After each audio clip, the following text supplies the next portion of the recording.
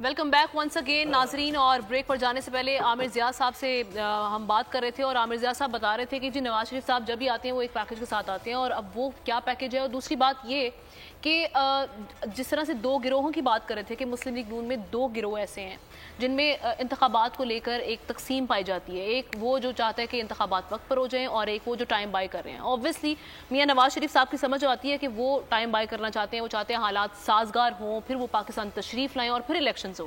لیکن کیا میاں شہباز شریف صاحب سیم پیج پر ہیں, یہ بھی ہم جاننے کی کوشش کرتے ہیں. عامر ضیاء صاحب کیا سمجھتے ہیں؟ تو آپ نے وہ بریک لگا دی میری پوری اس میں نا, جب میں رواں ہونا شروع ہوا تھا تو آپ نے کہا کہ بھئی رک جائیں, بات مت کریں. خیر, تو آپ کا سینسر بورڈ بہت خطرناک ہے.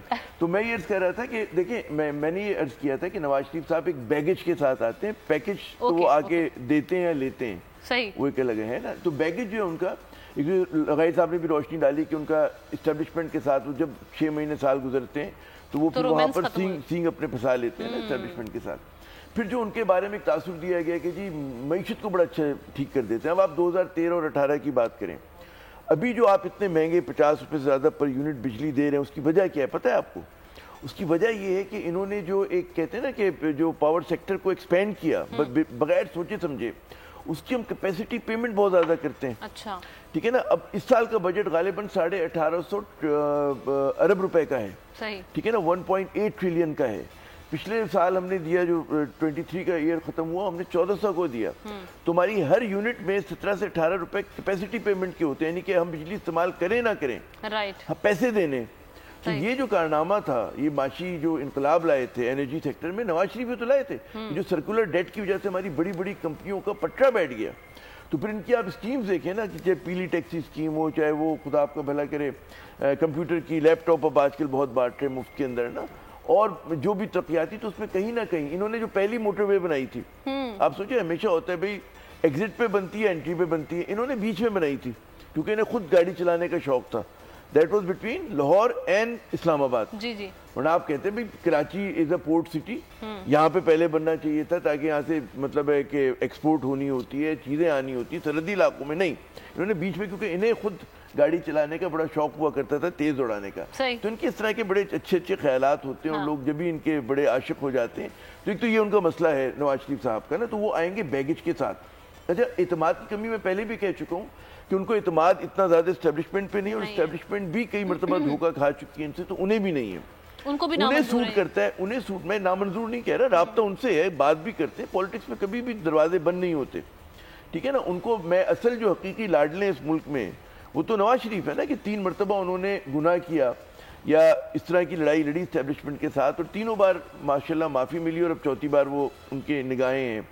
جو مشرف صاحب کے خلاف کیس تھا وہ تو میں نے اپنی گناہگار آنکھوں سے دیکھا. یہ جو کہہ رہے تھے, جب وہاں پر فوجی انقلاب 12 اکتوبر کو آیا 1999 کو, تو اسلام آباد میں ایک جوبیلیشن تھا, اور لوگ جو ہے بچوں کو کندھے پہ بٹھا کر پی ایم ہاؤس کے سامنے تھے. کوئی خوف نہیں تھا کہ بھئی حکومت کا تختہ الٹا جا رہا ہے, ٹھیک ہے. جہاں جہاں فوج کے جوان جا رہے تھے, لوگ تالیاں بجا رہے تھے, ویلکم کر رہے تھے, تو لوگ اتنے بیدار تھے ان سے.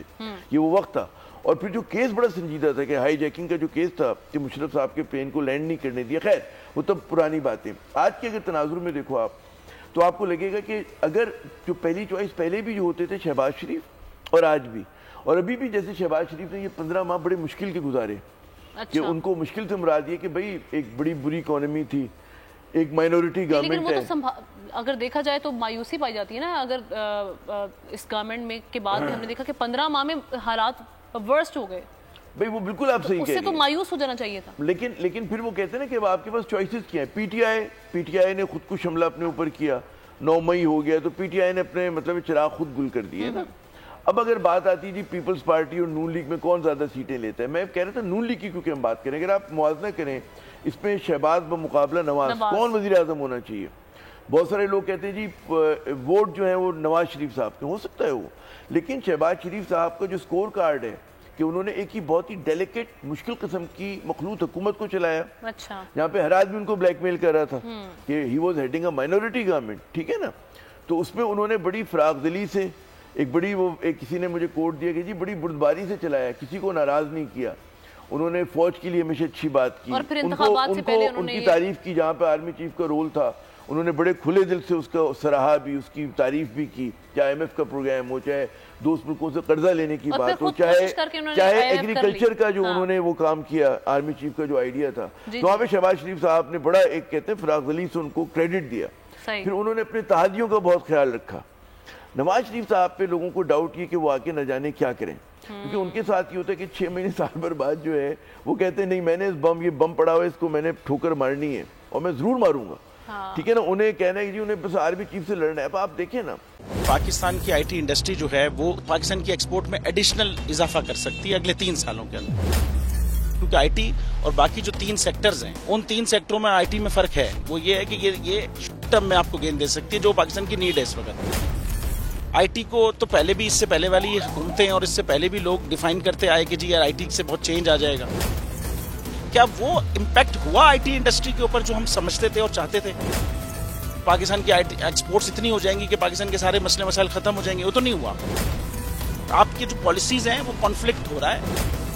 کیا ہم نے ایسی پالیسیز رکھی ہوئی کہ گوگل مجبور ہو یہاں پہ آفس کھولنے میں؟ پالیسیز کے تحت کرنا ہوگا. وہ 2 سے 3 مہینے 4 مہینے میں خود بخود آفسز سٹارٹ کریں گے. جو آپ کے ملک کا آر ٹی کا انٹرپرینور ہے $100 ملین تو وہ باہری اکاؤنٹ روک لیتا ہے. آپ اس کو موٹیویٹ کر کے اس کو پھر فوکس کریں, اس پہ انسینٹیو کریں, وہ آپ کو 100 آئے گا تو آپ کا 5 ٹائمز انکریز ہو جائے گی فوراً.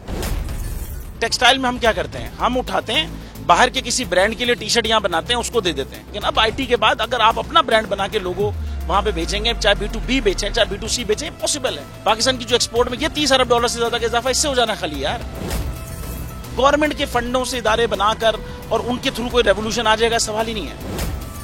آپ نے انتخاب صحیح کر لیا ہے, اب آگے چیز صحیح کرنی ہے, بس آپ صحیح ڈائریکشن میں صحیح چیز ہوگی انشاءاللہ. میں سمجھتا ہوں $50 ارب تک کی آئی ٹی ایکسپورٹ میں کنٹریبیوٹ کر سکتا ہے پاکستان. سبسکرائب کریں اور بیل دبائیں تاکہ کوئی خبر رہ نہ جائے.